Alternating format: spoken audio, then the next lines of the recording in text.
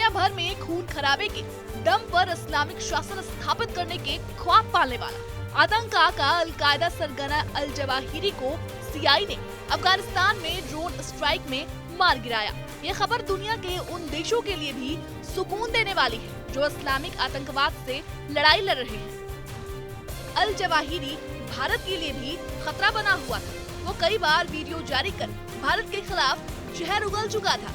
भारत में आतंक की जड़ें जमाने के लिए अल-कायदा के सरगना अल जवाहिरी ने इस साल के शुरुआत में कर्नाटक के हिसाब विवाद में अल्लाहू अकबर की नारेबाजी करने वाली छात्रा के समर्थन में वीडियो जारी किया था। यही नहीं, भारतीय उपमहाद्वीप में आतंक फैलाने के लिए उसने बाकायदा 2014 में एक जिहादी संगठन बनाया और उसका मुखिया उत्तर प्रदेश के देवबंद जिले के मदरसे में पढ़े असीम उमर को बनाया था। लेकिन असीम उमर 2019 में अमेरिकी ऑपरेशनों में मारा गया था। जवाहिरी ने साल 2014 में वीडियो जारी कर कहा था वो उन सब सीमाओं को समाप्त कर देगा जो भारत को इस्लामिक राष्ट्र बनाने से रोकेगी। ऐसे में कहा जा सकता है कि जवाहिरी को मारकर अमेरिका ने आतंक पर सबसे बड़ी चोट की है। अमेरिकी जांच एजेंसी FBI के मोस्ट वांटेड की लिस्ट में शामिल ग्लोबल जिहादी के सरगना अल जवाहिरी के मारे जाने की खबर खुद अमेरिकी राष्ट्रपति जो बाइडेन ने पूरी दुनिया को दी। 9/11 के आतंकी हमले में मारे गए लोगों को न्याय दिलाने की बात कहते हुए जो बाइडेन ने ये भी कहा कि इससे अल कायदा का नेटवर्क भी कमजोर होगा। आइए आपको बताते हैं कि आखिर कैसे अल जवाहिरी एक सर्जन से खूंखार आतंकी और फिर आतंकियों को पैदा करने वाली फैक्ट्री का सरगना बन गया।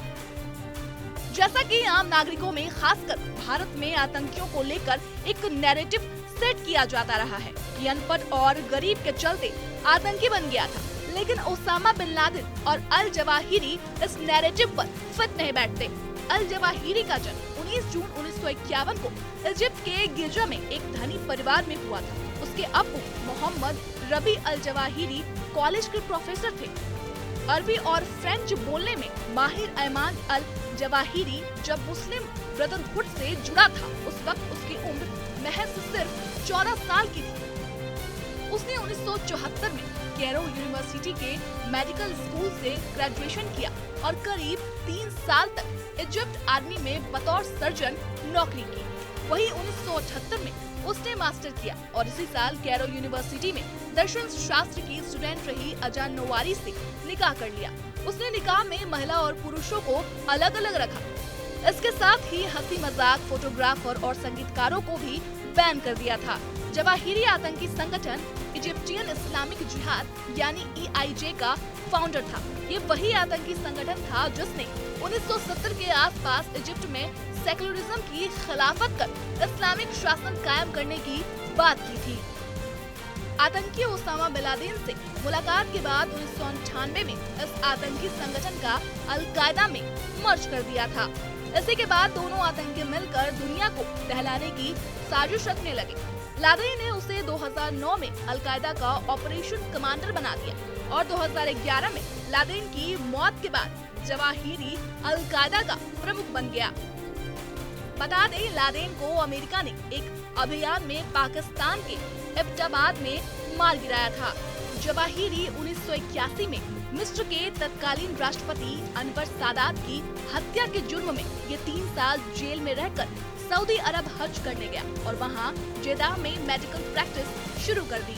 इसी दौरान उसकी 1986 में पहली बार ओसामा बिन लादेन से मुलाकात हुई। दोनों बाद में पाकिस्तान के पेशावर में गए।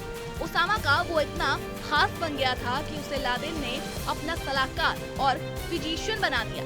जवाहिरी ने 4 निकाह किए थे। उसकी पहली बीवी अजान नोवारी, बेटा मोहम्मद और बेटी आयशा दिसंबर 2001 में अमेरिकी एयर स्ट्राइक में मारे गए। इस हमले में ओसामा बिन लादेन और अल जवाहिरी बचकर भाग गए थे।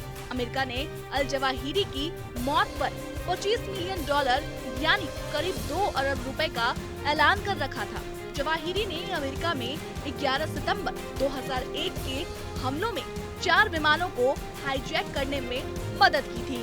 इसके अलावा अल जवाहिरी पर साल 2000 में 12 अक्टूबर को यमन में अमेरिकी जहाज USS कोल पर भी हमले का आरोप था।